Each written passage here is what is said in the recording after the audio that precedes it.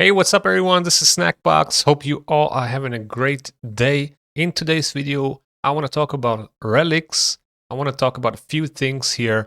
What relics are worth to keep or even worth to upgrade, and also how do you upgrade your relics in the most efficient way, because we are very limited to starstones and basalts and all that stuff. So yeah, I'm going to talk about all these things, give you all the information you need to know. So let's jump right into it.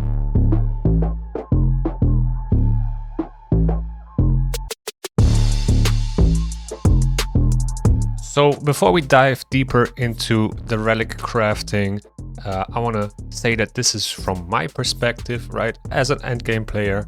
But also, if you don't have a lot of these relics that I have, you can still get the idea, adjust it maybe a little bit to your account, and still use the methods that I use, right? So the first thing I want to talk about is what relics are good, what relics are worth to keep and upgrade.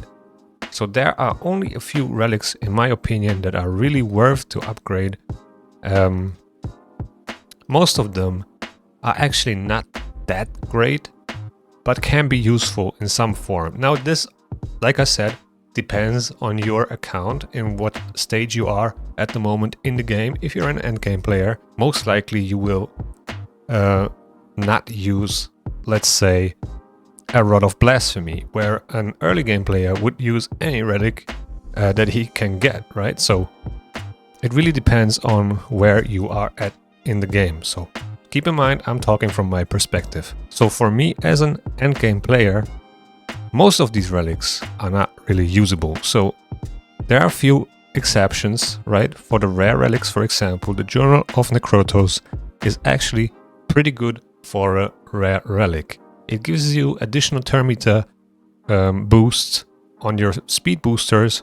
For example, if you have, let's say, Arbiter, that boosts the turn meter for 30%, you can boost that 30% by an additional 15% just from the base effect, right? And you can even level that up and get more turn meter boost. So let's say you have this on level 2 and it will give an additional 18%. That means your Arbiter will boost 30% turn meter, and then that relic will add another 18% of that 30%, which is a little bit less than 6%, so 35 point something percent turn meter is what your Arbiter will boost with the Journal of Necrotos at level 2. This is basically how this relic works, and it's not a big boost for the turn meter, but still it does add a little bit of turn meter, which might be, you know, the small amount of turn meter that you need so the enemy doesn't cut in.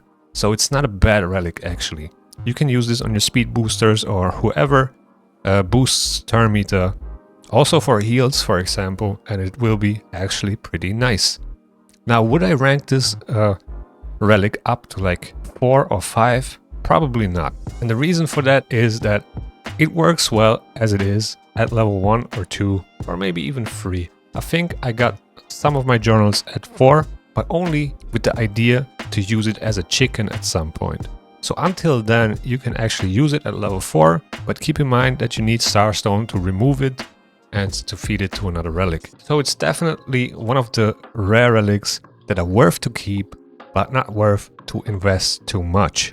Another relic I want to talk about real quick, and that I'm not using that much on my main account, but I used it a lot on my free-to-play account when I was taking part at the Hell Hades free-to-play challenge, and that was the Golden Elixier.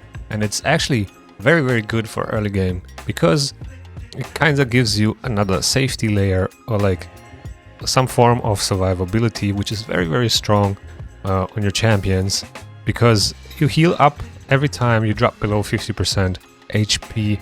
And if the enemy doesn't deal enough damage to get you, you know, lower below 50% than what you heal back up, then it's kind of like a endless loop and you will never die. So the Golden Elixir is actually pretty good, but I'm not using it anymore on my main account. It's just not necessary. But let's get to the legendary and mythical relics. So all 4 of these relics, both legendaries and both mythical, are very solid. So the Wand of Submission everyone got one, right, from the community weeks, and this might be one of the best PvP relics there is. And the reason for that is that it reflects sheep, stun, fear, whatever crowd control debuffs there is.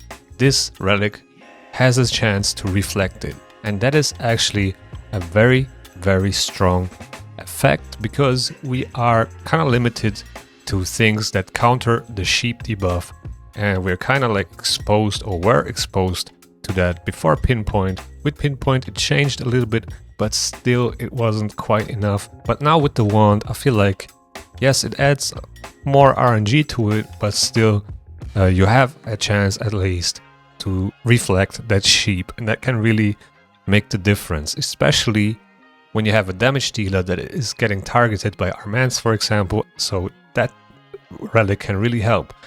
But on top of that, the stats on it are also pretty good. You get HP, you get speed, and if you rank it up to 6 at some point, which will take a lot of time, and we're going to talk about that later, you will also get accuracy. But the really good stat here is the speed. So it has a good effect, a really nice effect, and it has the speed, right, which is really, really nice, because it's hard to get that amount of speed. So this is one relic that is really worth to keep for sure, like it's not even a question, and also worth to upgrade. So if you're PvP focused, this relic might be your choice to get to rank 6 first, because then on rank 6 you will have a 50% chance to reflect those debuffs, and that's a pretty high chance. 50-50, that's pretty good. But even if you take it to 4, it's 40%, right? At 5, it's 45. So the difference is not that big, but still you will get additional speed and accuracy, and that might be actually helpful. And you can basically use this wand on pretty much every champion there is, and it will still be good. So the next legendary relic is the aspect of Siroth, and this relic might not be as good as the wand, but it's still very, very solid on most champions. So a lot of players put this on like a UDK, Marichka, Elixier, Rotos. You can pretty much use this relic on anybody, because the effect is kind of universal for like revivers, damage dealers, whatever. It's still good on any role, right? So if you rank this up, you will get additional damage reduction if you receive a fatal hit on the Vera. So there's a high chance that this relic will prevent a fatal hit. Now it's not guaranteed, it depends on the turn meter of your champion when he gets that fatal hit, but still there's a damage mitigation going on, and that is actually pretty good. If you put this on somebody like a UDK or a Marichka, it's very, very strong. There are a couple of champions that do ignore Stone Skin, and this is another layer of defense that might prevent death. So this is a very, very solid relic. Also on top of that, you have very nice stats, you have resistance, you have defense. Now, would I rank this relic up to 6? I don't think so. The reason for that is we are very limited to the amount of relics we can rank up, and you really have to prioritize 1 or 2 relics you want to rank up, because you can only do so many, and that is the thing. So I think this relic actually works at 4 as well. It doesn't have to be on rank 6. I think at 4 it will do totally fine. A 50% of your turn meter as a damage reduction. So if you have 100% turn meter, it will be a 50% damage reduction. On level 4 you will have additional 30, so that means 80%, like if you have 100% turn meter, 80% of 100% will be your damage reduction. So that's 80%, right? So it's pretty good. As I said, at 4 it works perfectly fine, and it's worth to keep and worth to upgrade, but not too much. Even if it's the only relic you have, I would still wait. You know, if it's the best relic you have, I would still wait till you get a wand or something better. Now when we talk about mythical relics, let me actually move myself out of the way so you can see it. It has 24 speed, right? 24 speed if it's rank 6. So this might be one of the relics that are very, very high on the list if you have this, to rank it up to 6 if you can, or like at least plan to do so. because the 24 base speed, that is absolutely insane. That's like a triple roll speed basically, and I'm pretty sure at some point we will get some glyphs or whatever to upgrade our relic stats, but 24 speed is a lot. In the end game, that's like, you can't get it easier than that. It's, you know, it's like 3 max glyphs or a triple roll on speed, a max roll basically. So yeah, I don't know, this relic is insane to me. It also has a really nice effect, but the effect isn't really, you know, that what makes this relic great. It's the speed basically. If you put this on your speed booster, 24 speed is insane. So if I would have to pick and choose between this one and the wand, I don't know which one I would pick. I think the wand, the effect of the wand is still better than the speed and the effect of this relic, but still at rank 4 or whatever, it's still like 12 or 16 speed, I'm not really sure, but it's still a lot of speed and you can still make great use of it. Now, it really comes down to if you are PvP orientated or PvE. If you're more PvE orientated, I would definitely go with this relic instead of the wand and put this on top of your list. If you're more PvP orientated, I would definitely put the wand on the top of the list. Now, the Volcardiac Heart is also a very nice relic, don't get me wrong, it's amazing, but I don't think it should be at the top of your list to rank it up, because the stats on this relic are very good, the effect is also very good, but you can strip the buff down and then it's basically useless. And you only get like 2% more shield strength. I mean, it's okay. If you would rank it up to 6, you would have another 10% magma shield. So I guess it's okay, but would I prioritize this relic? I don't think so. I think it works perfectly fine at 4.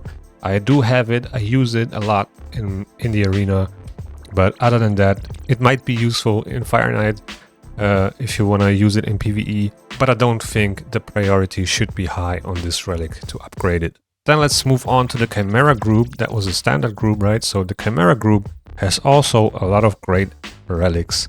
Actually, some of the best. Even the rare relics here are actually pretty decent. I use the Molten Deathbell a lot because it gives a lot of accuracy and you have a turn meter boost every time you apply any of these debuffs with your champion. So this can be good on an Armance if you don't have a wand, a Fabian, or anybody basically that puts one of these debuffs here. Then we have the Malefic Talon, which is just, you know, plain crit damage. Also pretty nice to boost your damage. You have a, you know, 20% chance to deal more damage, 10% more damage. If you rank this up, you can actually get a higher chance to deal extra damage. But to be honest, I wouldn't rank these two up too high unless you're planning on to feed them to another relic you want to take to a higher rank. Then let's talk about the epics here. So we have the Irethi Coronet and the Scroll of the Unseen, which are kind of very similar with the effect. Just the thing is that you need the Veil buff here for the Scroll of the Unseen to boost the wearer's damage, and on the Irethi Coronet you need to place a debuff. So it's basically like a Nature's Ref, like a 6-star Nature's Ref. So if you craft this, you will get it at a 2-star rank, right? So epics will count as a 2-star. You will basically get 2% more damage per debuff, and that means you have to place 15 debuffs to reach that 30% more damage. So the Coronet is actually one of the best relics you can put on a damage dealer that is placing debuffs. But I would definitely take it to like rank 3 or 4, but that's the maximum I would do to get a higher damage increase per debuff you're placing. So if you get it to rank 4, you will get 4% per debuff to reach that 30% extra damage. Now you could technically take it higher to get more attack or accuracy or whatever, but I don't think the bonus is worth to upgrade this relic further than rank 4. And the same thing with Scroll of the Unseen.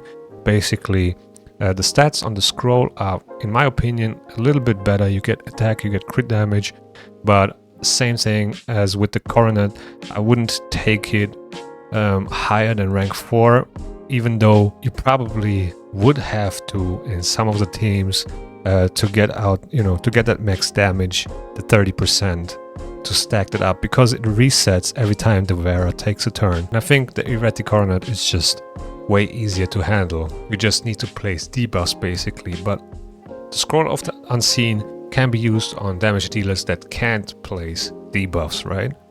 And you can still boost the damage, so that's pretty good. But other than that, you don't really get, more benefit if you rank it higher than 4. You will get additional damage for each debuff you're placing, but the limit will still be at 30%. You will just reach it faster, and for me it's not worth it to invest all those basalts and other relics to upgrade this relic to 6 or even 5. Then we have the Hand of Uncreation. I don't have this relic yet, but I think it's very interesting. It basically has a similar effect to the wand, just not as great. The wand reflects all the debuffs, and this relic kind of has a chance to negate all the debuffs, buff stealing, removing buffs, stealing turn meter, or even increase the skills cooldowns. Again, some form of anti-crowd control relic.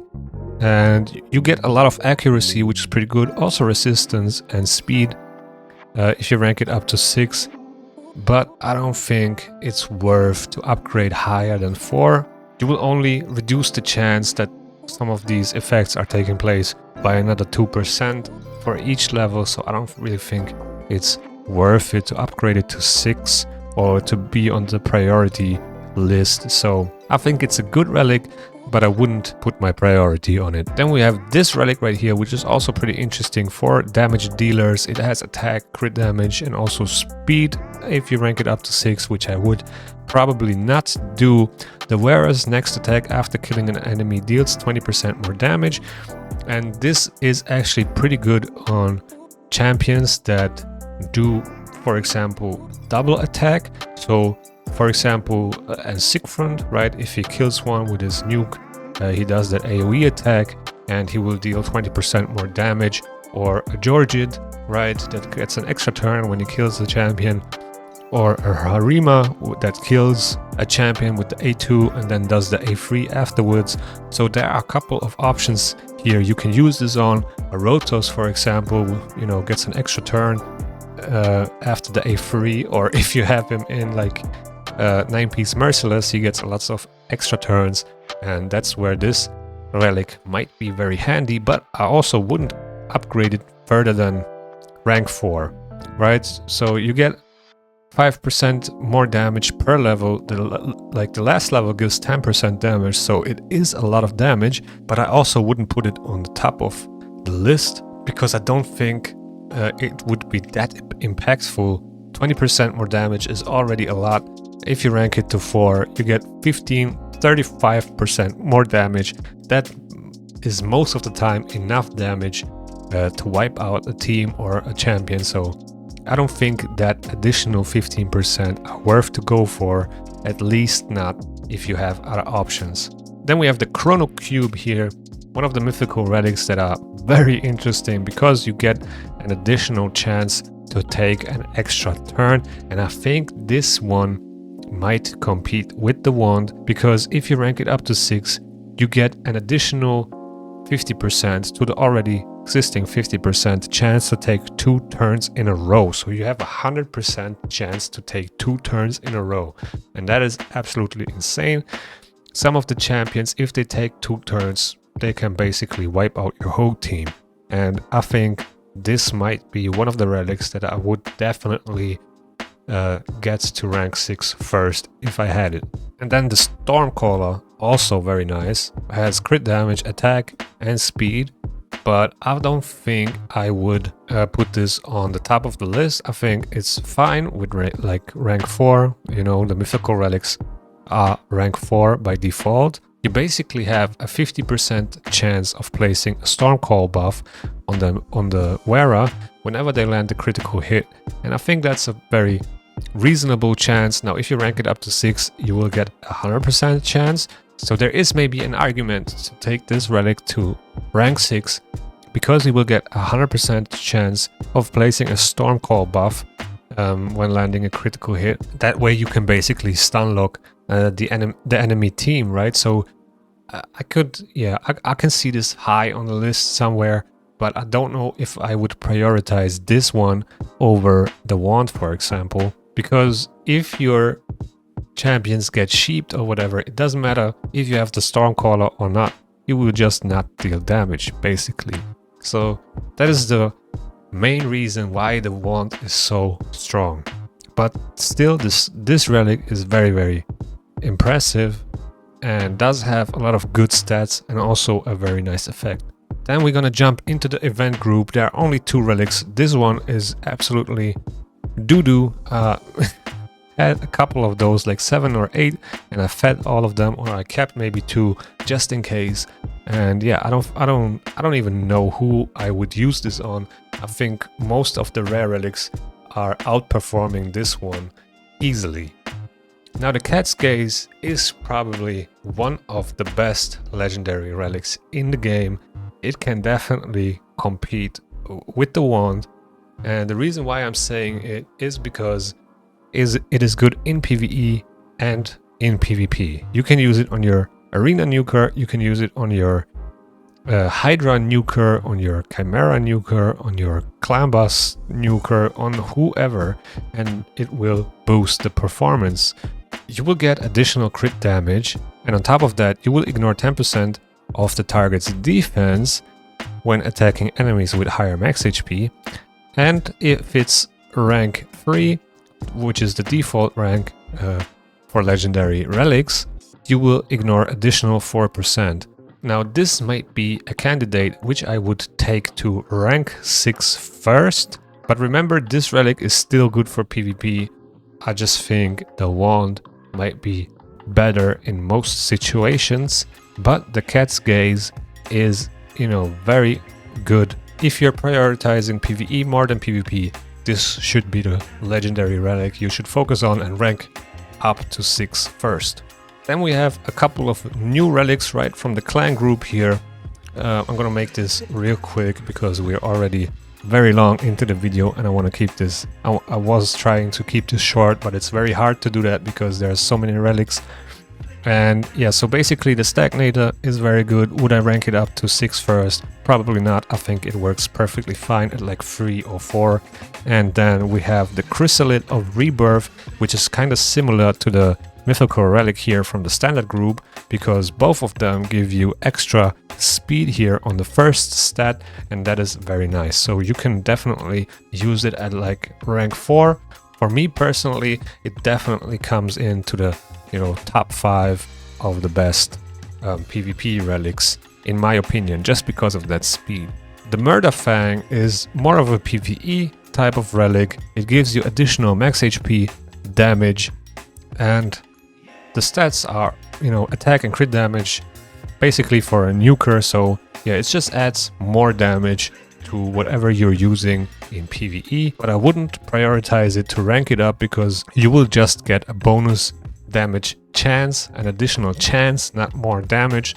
So yes, you will do it more often, but basically it comes down to RNG again. The highest chance you can get here if you take it to rank 6 would be 60%, and you know, 60% is not 100%, so I would definitely not prioritize this relic to rank it up to 6. I would leave it at 4. Then in the live arena group, there is one relic that stands out the most, and that is the Deathdealer. And this relic is very interesting because it can make one champion usable for the current meta, even if he has, you know, the wrong affinity. And the reason for that is that the wearer's attacks will always be critical hits.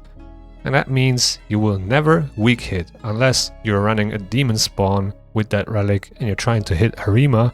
Harima's passive will still negate this relic's effect. And the other effect of this relic is that the wearer receives 200% more damage. And that is a lot, right? But it doesn't really matter if you go first. Let's say you're using Fabian. How often did you weak hit a magic champion, right? So if you put this on your Fabian, you will never weak hit again. Doesn't matter what affinity or what he does, you will always hit. And that is actually pretty big. That can change a lot, but also you can use it on one of your affinity nukers and build him without crit rate and just boost the crit damage and attack. So there are two different ways to use this, maybe even more, I don't know, but this relic is very, very good. Now, would I rank it up to 6? I don't think so. And the reason for that is the only bonus you get here is minus extra damage, right? You get 200% more damage. If you rank it up to 6, you get 100% more damage. To be honest, it doesn't matter for me if it's 200%, 100%, 300%. Your champion will probably die if the nuker attacks him. So the only thing I would focus on here is the effect and not the rank. Now this relic right here, I don't know really who I would use this on. There are a couple of champions that are, you know, putting up a block damage or a stone skin when receiving a fatal hit, right? And they prevent that fatal hit and then they put stone skin or block damage on, for example the Cheshire Cat or Sigfrund, Arnorn, for example. So there might be a few options you can put this on, but I don't know if it's that good. I don't know. It just resets the cooldown of the wearer's skills whenever their HP drops below 15%. So you kind of need a champion that is preventing a fatal hit with, you know, with like below 15% HP. Now if you rank it up, and it will come as rank 4, right? So you will have an additional 15% HP drop requirement, so that means 30%. So if your champion drops below 30%, he will reset all cooldowns. Actually pretty nice. I just don't know who I would use it on, to be honest. Would I prioritize this relic over the wand, for example? Probably not. So yeah guys, these relics that I talked about now are, in my opinion, the best ones in the game at the moment. I don't think any of these other relics will have a great impact on your account. I don't think they're worth to invest too much in them. I still think the Cat's Gaze and the Wand are the best legendary relics we have in the game at the moment. For PvP and PvE, I would go with the Cat's Gaze. If you're just trying to focus on PvP, I would go with the Wand. But other than that, I don't think any of these legendary relics are worth to invest more than you have to, right? And the reason why I am talking about this is because we are so limited to the amount of basalts and relic upgrade material that we kind of have to make a choice here. We have to choose one of our relics that we want to get, you know, to the highest rank, because we can only do so many. I've been collecting every single Chimera chest so far, and I also tried to get as many relic crafting materials as I could. I didn't skip many. Maybe I don't do the most trials. I always try to do more than 10-11 trials, and actually now I got my first, or let's actually see here.